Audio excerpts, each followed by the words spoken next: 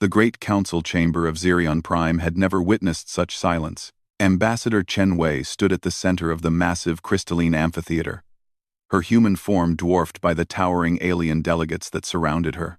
The air itself seemed to vibrate with tension, as hundreds of species representatives stared down at the lone figure in her simple blue diplomatic uniform. High above, the Architect Supreme of the Vorthan Empire leaned forward on his throne of living metal, his 6 eyes blinking in sequence. "You cannot be serious, human." His voice boomed through the chamber's translation matrix, each word dripping with disbelief. Chen's response was calm, almost casual. "I am entirely serious. Your Excellence. The United Earth Alliance hereby formally withdraws from the Galactic Confederation. Effective immediately." A sound rippled through the chamber that no universal translator could properly convey. It was the collective gasp of 1,000 different species, each expressing shock in their own unique way. The Kalari delegates began flickering rapidly between visible and invisible states. The massive Thraxian ambassador's shell turned a deep purple that indicated severe distress. Even the typically emotionless Synthari began emitting concerned harmonic frequencies. Chancellor Vexthol of the Trade Federation half rose from her seat, her tentacles writhing in agitation. "Ambassador Chen, perhaps you do not fully comprehend the implications of what you are suggesting. No species has ever voluntarily left the Confederation. The economic sanctions alone would cripple your worlds." Chen smiled, and somehow that simple human expression sent a chill through every being present. "Chancellor, with all due respect, I think it is you who do not comprehend the implications. We are not asking for permission. We are informing you of a decision that has already been made." The human reached into her diplomatic pouch and withdrew a data crystal that gleamed with an unusual inner light. As she held it up, several delegates instinctively leaned back in their seats. The crystal contained quantum-encrypted data that would take most species centuries to decode. But Chen had transmitted the unlock codes to their respective governments mere minutes before entering the chamber. "This contains a complete audit of humanity's contributions to the Confederation over the past 2 centuries, she announced. "I think you'll find the numbers quite illuminating." Supreme Architect Vorthok's primary eye narrowed. "What game are you playing, human? Your species represents less than 0.03% of the Confederation's total population.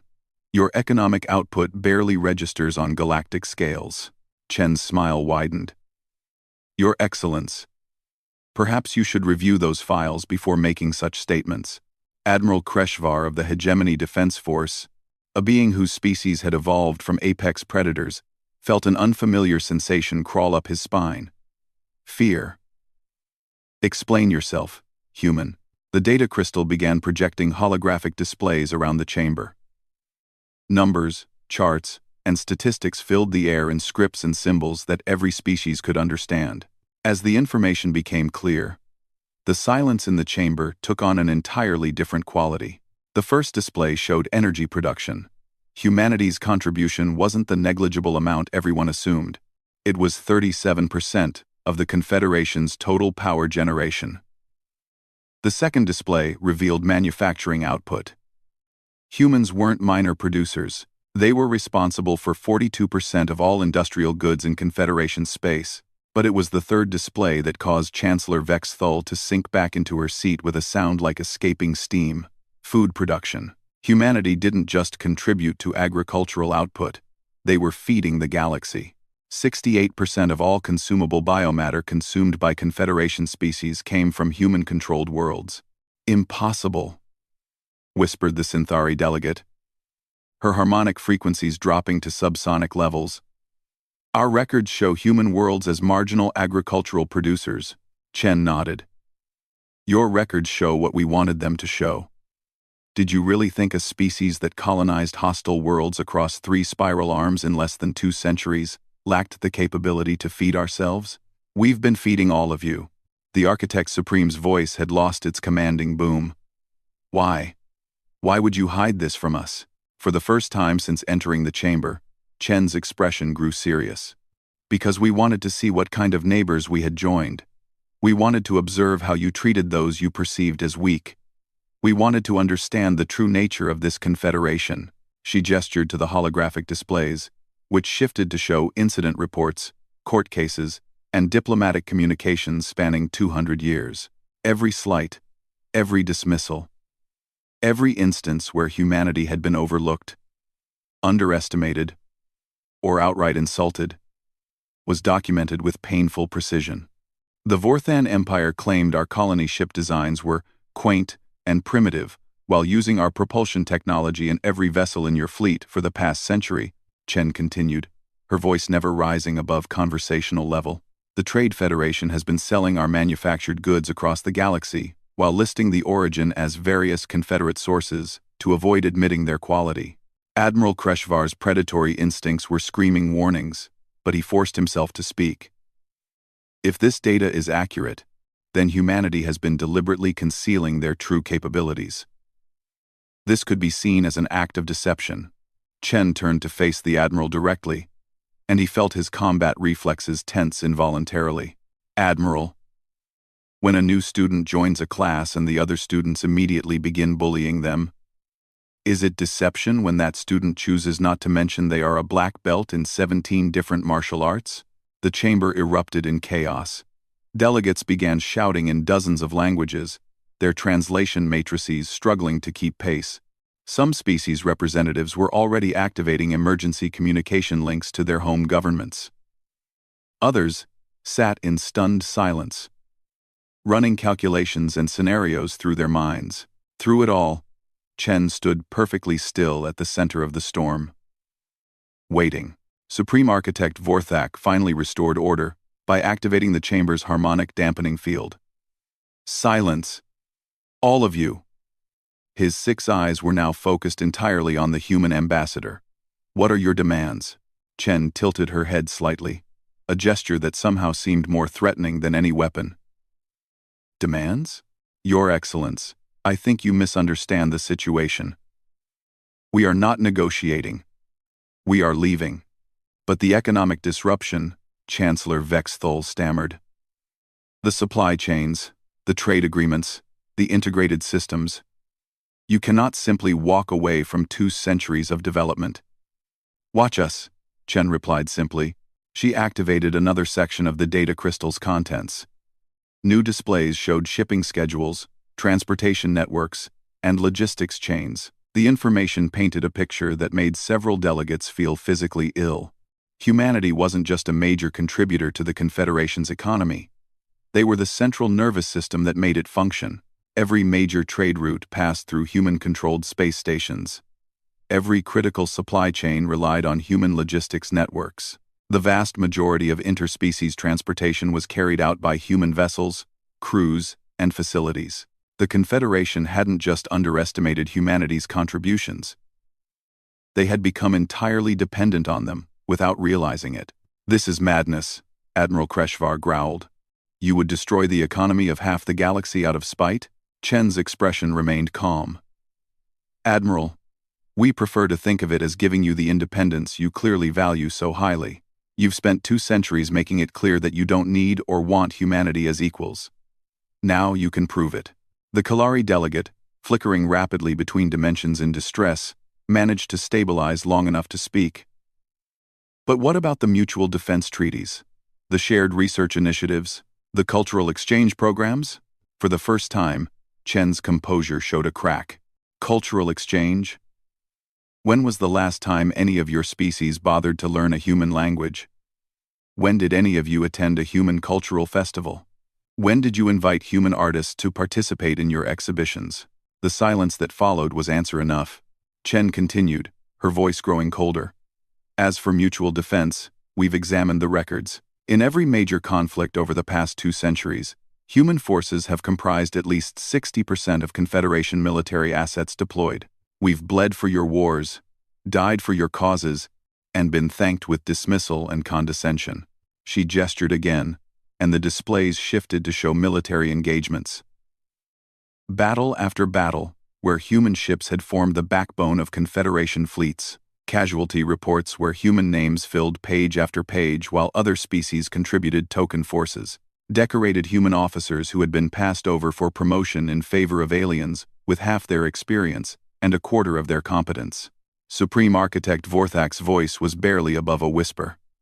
"How long have you been planning this?" Chen smiled again, and this time every being in the chamber understood why their instincts were screaming danger.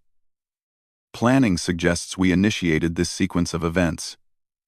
We didn't plan anything. Your Excellence, we simply prepared for the inevitable moment when your true nature would be revealed." "What do you mean?" Chancellor Vexthul asked, though she was beginning to fear the answer. 3 days ago, the Confederation Council voted on Resolution 7749X. Chen replied. "A resolution to limit human expansion into the Outer Rim territories.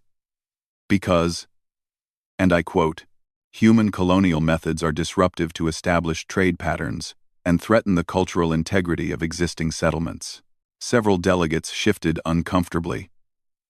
They remembered the resolution. It had seemed like a minor administrative matter at the time. Chen continued. The resolution passed by a vote of 847 to 3.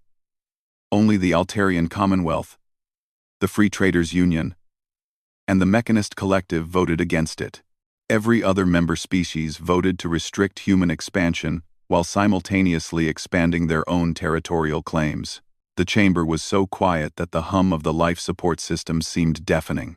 That vote was the final confirmation of something we had suspected for decades, Chen said. The Confederation doesn't see humanity as partners or equals. You see us as useful servants who have forgotten their place. Well, we are here to remind you that we never agreed to serve anyone. Admiral Kreshvar found his voice. You're making a mistake. Humanity may be more capable than we realized, but you are still vastly outnumbered. If this leads to conflict. End quote. Chen's laugh was soft and utterly without humor. Admiral, you seem to be operating under several misconceptions. First, you assume we care about being outnumbered. Second, you assume this would be a conflict between humanity and the Confederation. She paused, letting the implications sink in. Did you really think we spent 2 centuries in your midst without making friends? The Altarians, the Free Traders, the Mechanists, voted with us for a reason. They've seen how you treat species that don't fit your preferred mold. They've watched how you sideline those who think differently or challenge your assumptions. New data began flowing from the crystal. Alliance agreements, mutual defense pacts, trade relationships. Humanity hadn't just been hiding their capabilities. They had been building a parallel network of relationships with like-minded species and factions. 37 species and 14 major trade unions have already confirmed their intention to withdraw from the Confederation, along with humanity. Chen announced. Another 52 are considering their options. Apparently, we weren't the only ones who found your definition of Confederation somewhat lacking. The number hit the chamber like a physical blow. Losing humanity would be devastating. Losing nearly 100 species and trade groups would be catastrophic. Supreme Architect Vorthak rose from his throne, his form towering over the chamber. This is economic terrorism. You are holding the galaxy hostage to satisfy your wounded pride. Chen looked up at the massive alien leader without flinching. Your Excellence, we are simply exercising the same rights you have always claimed for yourselves. The right to self-determination. The right to choose our own path. The right to associate with those who treat us as equals, rather than tolerate us as inferiors. You cannot survive alone, Chancellor Vexthul protested desperately. The galaxy is vast and dangerous. There are threats out there that require unity to face. You're right, Chen agreed. The galaxy is dangerous. That's why we've spent the last 50 years preparing for this moment. While you were dismissing our capabilities, we were developing new technologies.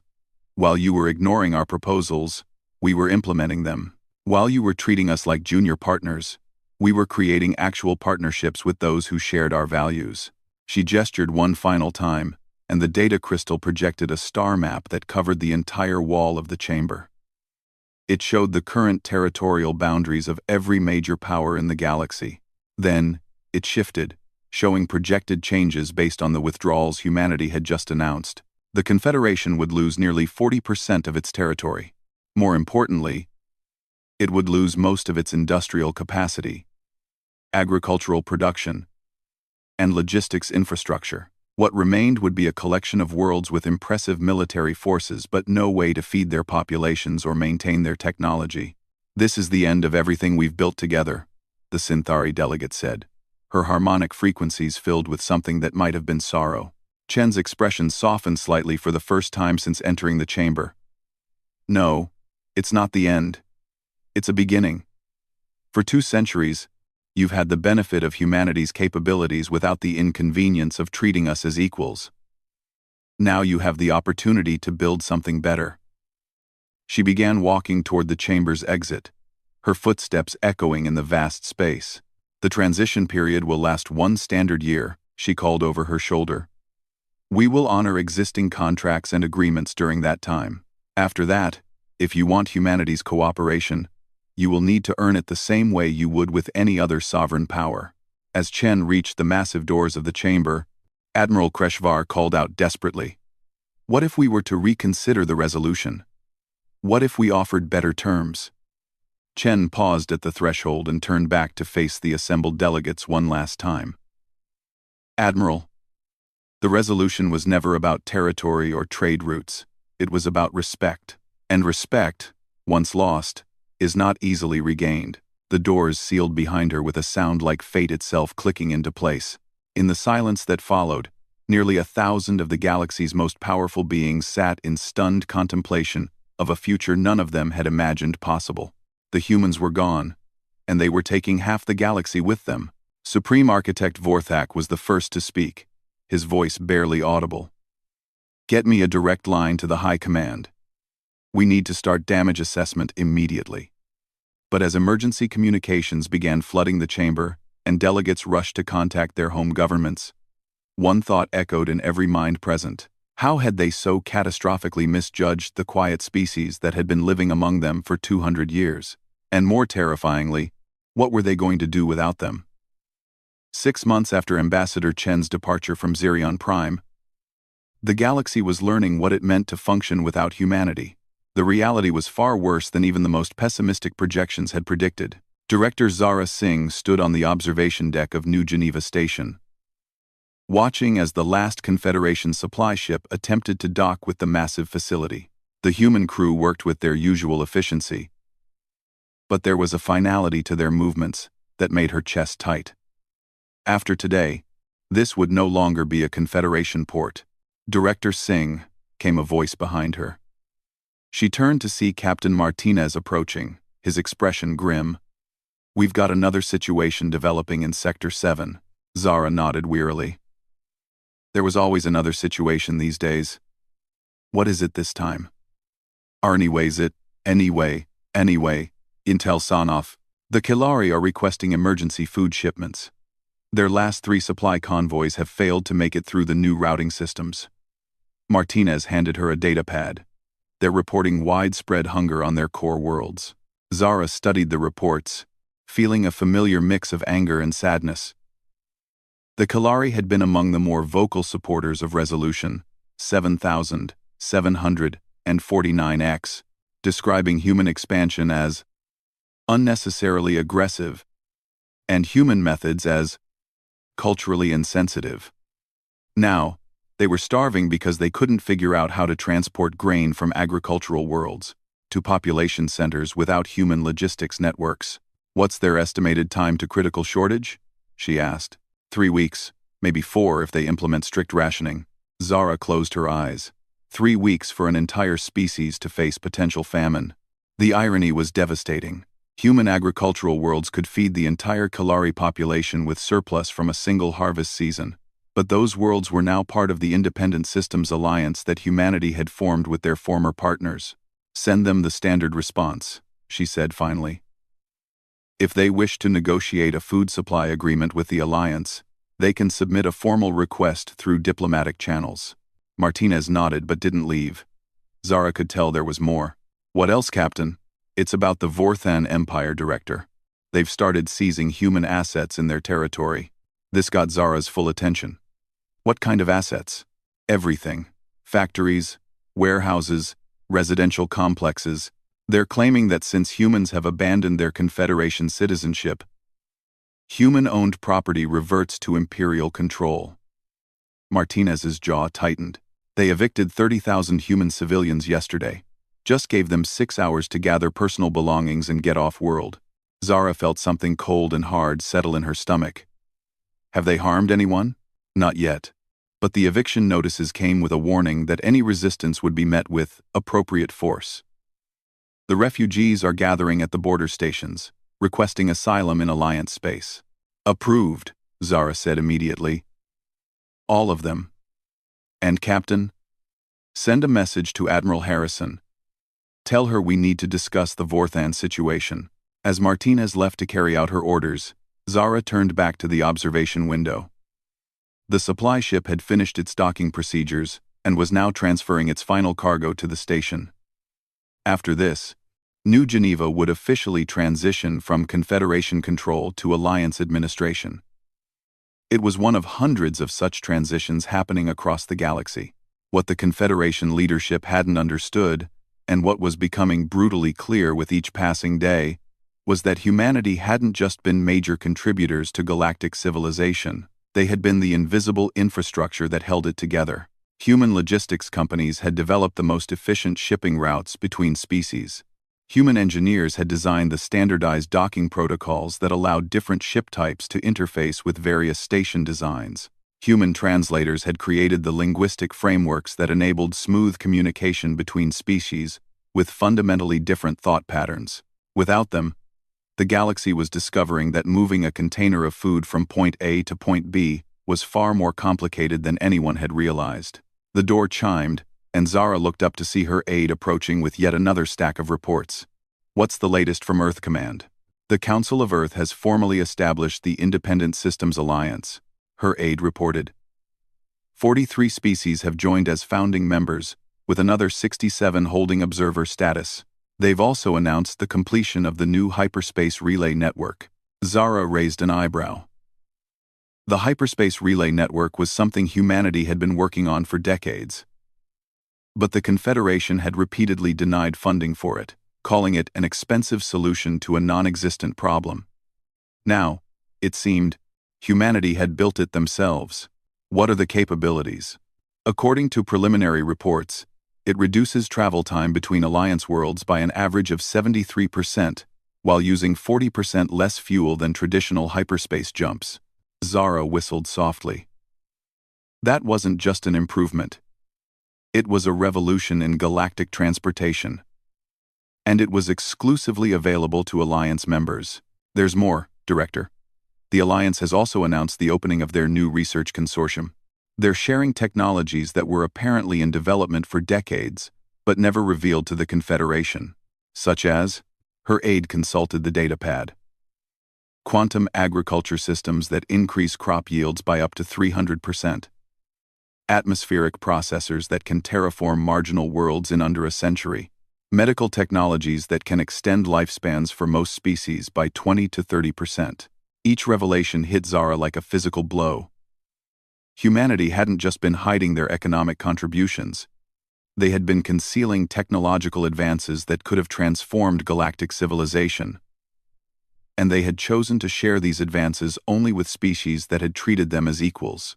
Director, her aide continued hesitantly, there's also been a development with the Mechanist Collective. Go on.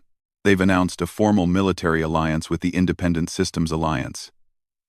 The collective is providing advanced combat technologies in exchange for access to human manufacturing capabilities. Zara felt the blood drain from her face. The Mechanist Collective controlled some of the most sophisticated weapons technology in the galaxy. Their decision to ally with humanity rather than remain neutral was a game-changer of enormous proportions. Have there been any responses from Confederation leadership? Supreme Architect Vorthak has called for an emergency session of the Security Council. Chancellor Vex Thule is reportedly advocating for immediate diplomatic overtures to the alliance.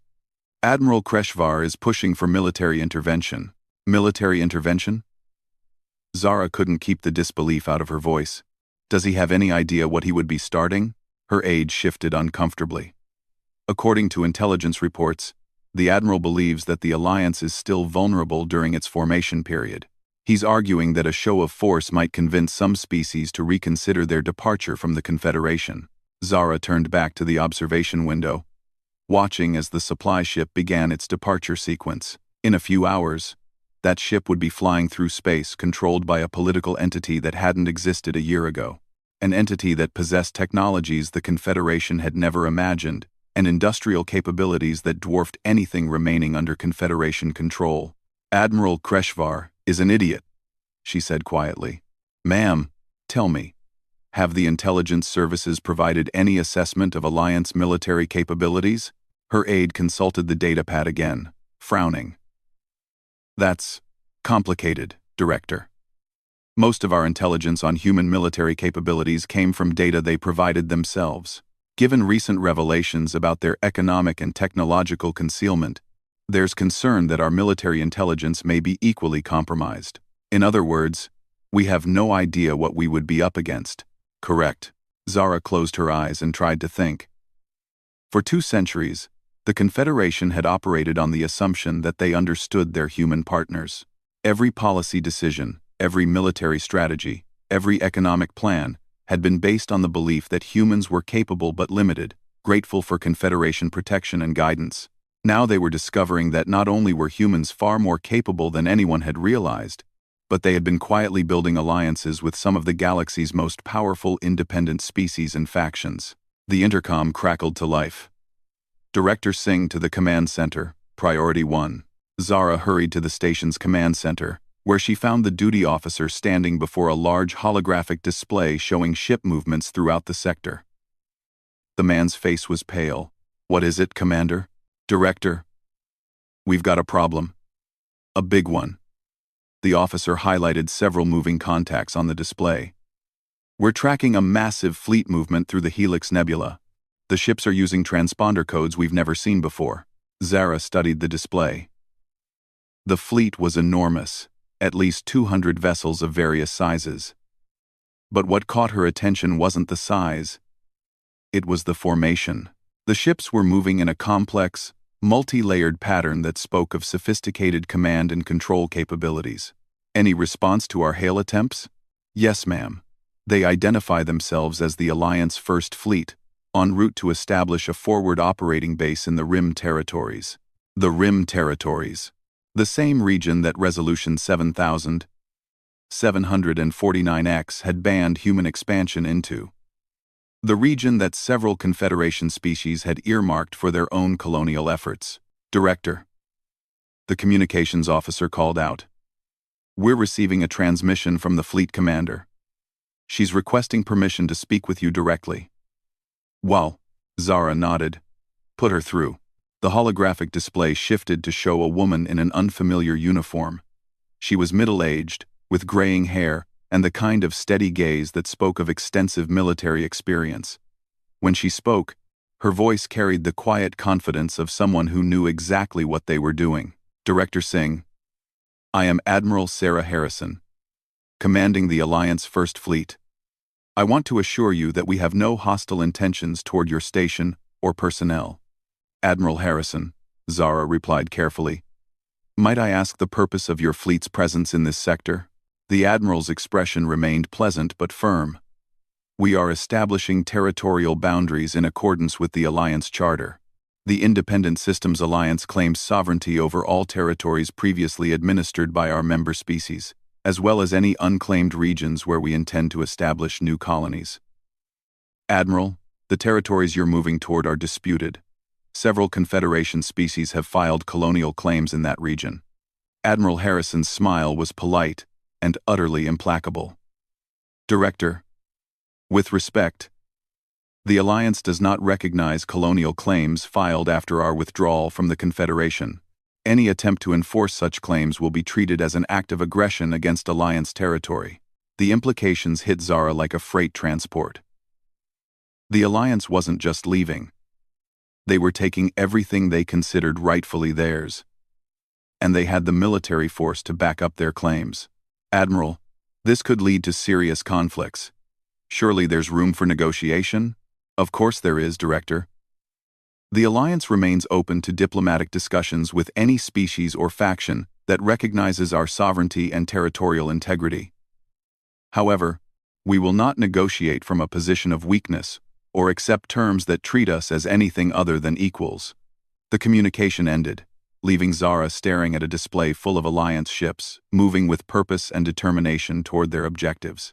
Her aide approached hesitantly. Director, we need to report this to Confederation High Command. Yes, Zara agreed. But first, I want you to prepare a personal message to Admiral Harrison. Ma'am? Zara was quiet for a long moment, thinking about everything that had led to this moment. The casual dismissals, the condescending attitudes, the assumption that humans would always be grateful junior partners who would never challenge Confederation superiority. Tell the Admiral that Director Singh requests permission to visit the Alliance capital for informal discussions. Her aide's eyes widened. Director, that could be seen as what? As recognizing reality? Zara turned to face her staff. Look around you. Look at the reports coming in from across the galaxy. Food shortages, transportation breakdowns, industrial failures. The Confederation is collapsing, and it's collapsing because we drove away the species that was holding it together. She gestured toward the display showing Admiral Harrison's fleet. Those ships represent something we should have built together. Instead, we forced humanity to build it without us. Her aide nodded slowly. I'll prepare the message, Director. As her staff dispersed to carry out their duties, Zara returned to the observation deck. The supply ship was gone now, and the space around New Geneva Station was empty, except for a few patrol craft. Soon, those would be gone too, replaced by Alliance vessels flying under a flag that represented everything the Confederation might have been. In the distance, she could see the lights of other ships making their way toward the hyperspace jump point. Some were heading toward Confederation space, carrying news of the Alliance's expanding influence.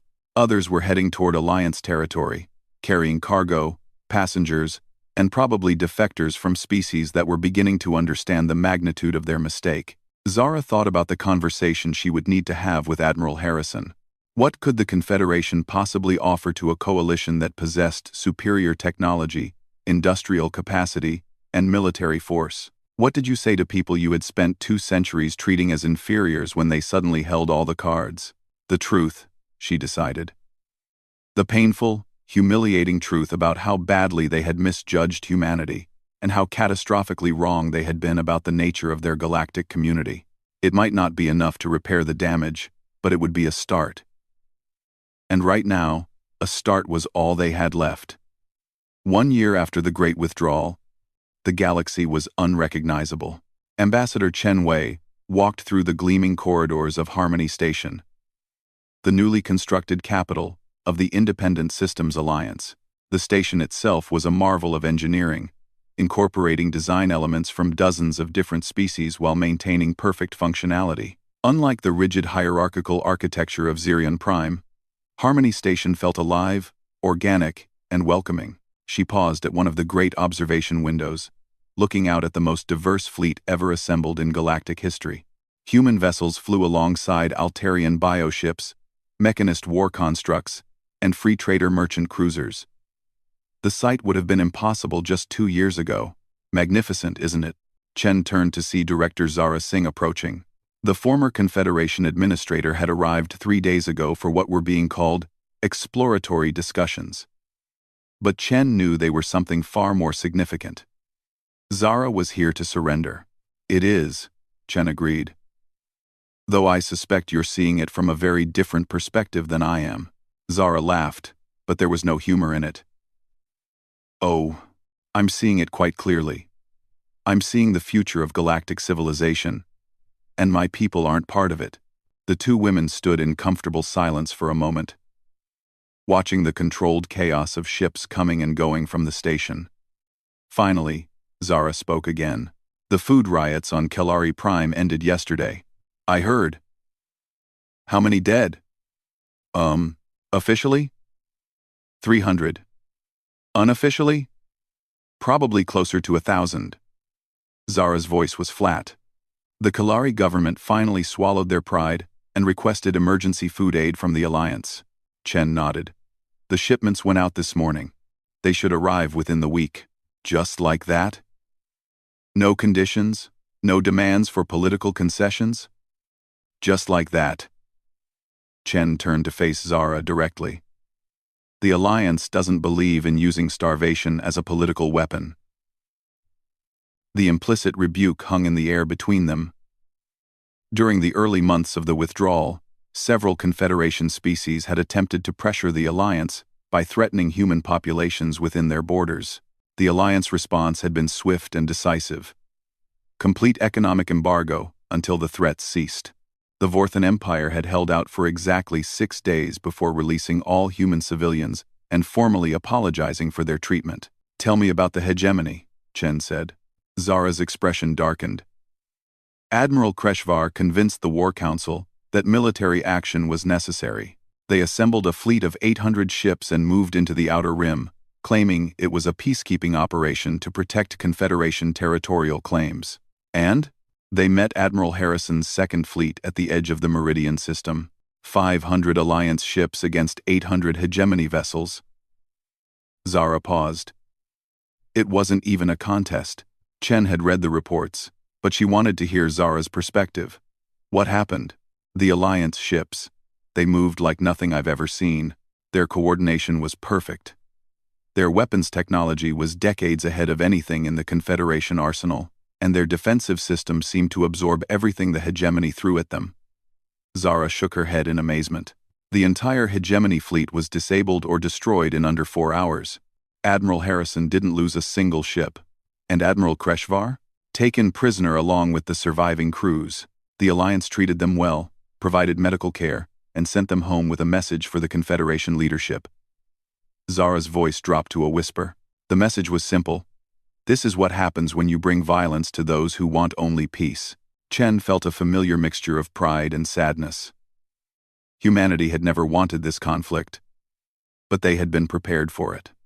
2 centuries of being dismissed and underestimated had taught them the value of being ready for anything. What's the current status of the Confederation military? Effectively non-existent, Zara admitted.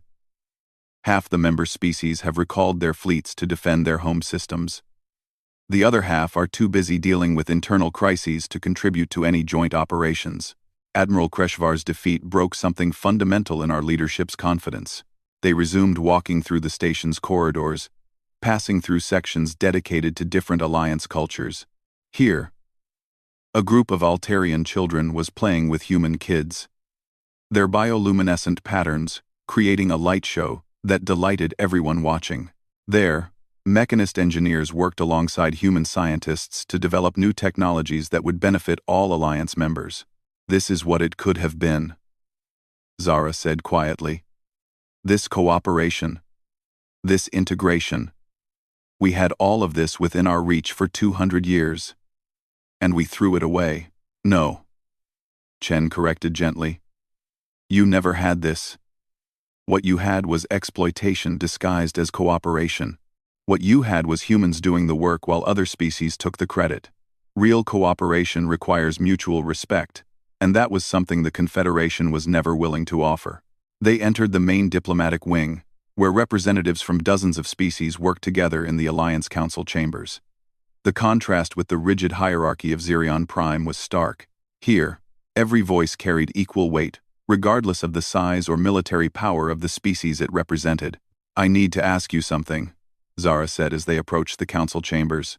The technological advantages you've revealed over the past year. The hyperspace relay network. The advanced manufacturing. The military capabilities. How long have you had all of this? Chen considered the question carefully. Some of it we've had for decades. The basic principles of the relay network were developed 40 years ago. But the Confederation refused funding for implementation. Our shipbuilding capabilities have been advancing steadily, but we saw no reason to advertise improvements that might have made other species nervous. And the military technology? That's more recent. When it became clear that peaceful withdrawal might not be possible, We accelerated development of defensive systems. Chen's expression grew serious. We hoped we would never need them. They paused outside the council chambers, where Zara could see Alliance representatives engaged in animated but respectful debate about some policy issue. What happens now? Zara asked. The Confederation is dying. Our economy is collapsing. Our military is broken. And our member species are beginning to blame each other for the crisis. Do you just watch us fall apart? Chen turned to study the woman who had once been one of the Confederation's most capable administrators. Director Singh, why are you really here? Zara was quiet for a long moment. Because I've come to realize that the Confederation as it exists now cannot be saved. We made too many mistakes, burned too many bridges, and hurt too many people. But maybe something new can be built from the pieces. Go on. There are species within the Confederation who are beginning to understand what we lost when humanity left. Some of them are ready to admit that the way we treated you was wrong. They're ready to change, to be better. Zara met Chen's eyes directly. I'm here to ask if the Alliance would consider accepting applications for membership from former Confederation species. Chen had been expecting this question for months. The Alliance leadership had debated extensively about how to handle requests from species that had supported the Confederation's discriminatory policies. That would depend on several factors, she said carefully. Acknowledgement of past wrongs would be a prerequisite. Demonstration of genuine commitment to equality and mutual respect, and acceptance of Alliance principles, including the fundamental sovereignty of all member species. And reparations? Chen shook her head. The Alliance isn't interested in punishment for its own sake. We want partners, not subjects paying tribute. But any species joining the Alliance would need to demonstrate their commitment through actions, not just words. Zara nodded slowly. I think some species might be ready for that. The Kellari are certainly reconsidering their position after the food crisis. The Synthari have been privately expressing interest in Alliance research programs. Even some Vorthan noble houses are questioning the Empire's current direction. And the others? The hegemony is finished as a military power. Their member species are already beginning to form their own independent governments. The Trade Federation is holding together for now, but their economic model was based on access to human manufacturing and logistics. Without that, Zara shrugged. They entered the council chambers, where Chen took her place among the Alliance representatives. Zara was escorted to a special section reserved for visiting dignitaries and observers. The session was called to order by Prime Counselor Elena Vasquez, a human diplomat who had been elected by the Alliance membership to serve as the organization's ceremonial head. Unlike the Supreme Architect's position in the old Confederation, the Prime Counselor had no special powers or privileges beyond those granted by the collective will of the Alliance. Today we consider the formal application for Alliance membership submitted by the Altarian Commonwealth, Prime Counselor Vasquez announced. While the Commonwealth has been with us since our founding, they have requested full integration into our governmental and economic systems. The discussion that followed was exactly what Zara had hoped to see. Representatives from different species asked thoughtful questions about integration challenges, resource allocation, and cultural compatibility. When concerns were raised, they were addressed with patience and respect. When conflicts arose, they were resolved through negotiation, rather than the imposition of power. After 2 hours of debate, the vote was unanimous. The Altarian Commonwealth was welcomed as the Alliance's 44th full member species. As the session concluded, Chen approached Zara. I'd like to invite you to join me for dinner tonight. There are some people you should meet. That evening, Chen led Zara to a quiet restaurant in the station's cultural district. The establishment was run by a mixed crew of humans and free traders, and the menu reflected the diverse tastes of Alliance species. Waiting at a private table were 3 individuals Zara recognized from intelligence briefings. Admiral Sarah Harrison, the hero of the Meridian System battle. Dr. James Crawford, one of the lead architects of Alliance technology development. And Captain Kira Thal, an Altarian who served as the Alliance's Chief Diplomatic Corps Coordinator. Director Singh, Admiral Harrison said as they sat down. I understand you've been asking some very important questions about the Alliance's future. Zara nodded. I have. And I think I'm beginning to understand some very important answers. Pete? Dr. Crawford leaned forward. Such as? Such as the fact that the Alliance isn't just a reaction to Confederation failures. You've been planning this for decades, haven't you? Building relationships, developing technologies, creating the infrastructure for an entirely new model of galactic governance. Captain Thal spoke for the first time, her musical voice carrying notes of amusement. Planning suggests we knew the Confederation would eventually force our hand. We simply prepared for the possibility that cooperation might become impossible. But you hoped it wouldn't come to this, Zara said. Admiral Harrison nodded. We hoped that species like humanity could find a place within the existing system. We hoped that demonstrating our value would eventually earn us the respect and equality we deserved. We hoped that reason would prevail over prejudice. When did you give up that hope? Chen answered. We never did, completely. Even during the withdrawal negotiations, we kept hoping that someone would step forward and say, wait, we're making a terrible mistake. Right up until the moment we walked out of that council chamber, we hoped someone would choose cooperation over control. The food arrived, and conversation turned to lighter topics for a while. But eventually, Admiral Harrison brought them back to the crucial question. Director Singh, you've seen what the Alliance has accomplished in just 1 year. You've seen how we treat our members, how we handle conflicts, and how we approach challenges. What do you think the galaxy will look like in 10 years? Zara considered the question carefully. I think the Alliance will continue to grow. Species will continue to leave the Confederation as they recognize the advantages of genuine cooperation. Within a decade, you might represent 70 or 80% of galactic civilization. And the Confederation? The Confederation as a political entity will probably collapse within 5 years. Some species will join the Alliance. Others will form smaller regional governments. A few might try to maintain independent status. Zara paused. But the dream of a unified galactic government dominated by a handful of powerful species is dead. Dr. Crawford nodded. That was always the fundamental flaw in the Confederation system. It assumed that some species were naturally suited to lead, while others were naturally suited to follow. It never occurred to the founders that every species might have valuable contributions to make, and now humanity is in a position to shape the future of galactic civilization, Zara observed. Chen smiled. No, Director. The Alliance is in that position. Humanity is just one voice among many, albeit a voice that has learned the value of listening to others. As the evening continued, Zara found herself thinking about the choice facing her own species, and the others still clinging to the dying Confederation. They could continue to deny reality, insisting that their old privileges and hierarchies were somehow still valid. Or they could admit their mistakes, learn from them, and try to build something better. The Alliance had shown that such cooperation was possible. The question was whether the rest of the galaxy would be wise enough to embrace it. When dinner ended, Chen walked Zara back to her quarters. As they passed through the station's observation decks, they could see ships from dozens of species, working together to build something unprecedented in galactic history. A civilization based on mutual respect rather than domination. Director Singh, Chen said as they reached Zara's door. You asked what happens now. Here's my answer. We keep building. We keep growing. We keep proving that there's a better way to organize galactic society.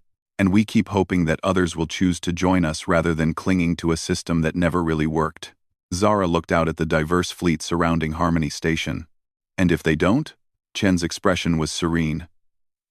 Then we continue without them. We've learned that you can't force people to be better than they are, but you can show them what's possible, and hope that eventually they'll choose to reach for it. As Chen walked away, Zara stood in her doorway thinking about the message she would send back to what remained of the Confederation leadership. It wouldn't be the message they wanted to hear. It wouldn't offer them a path back to their old power and privileges. But it would offer them something far more valuable. A chance to be part of something better than anything they had built before. Whether they would be wise enough to take that chance remained to be seen. The age of human subservience was over.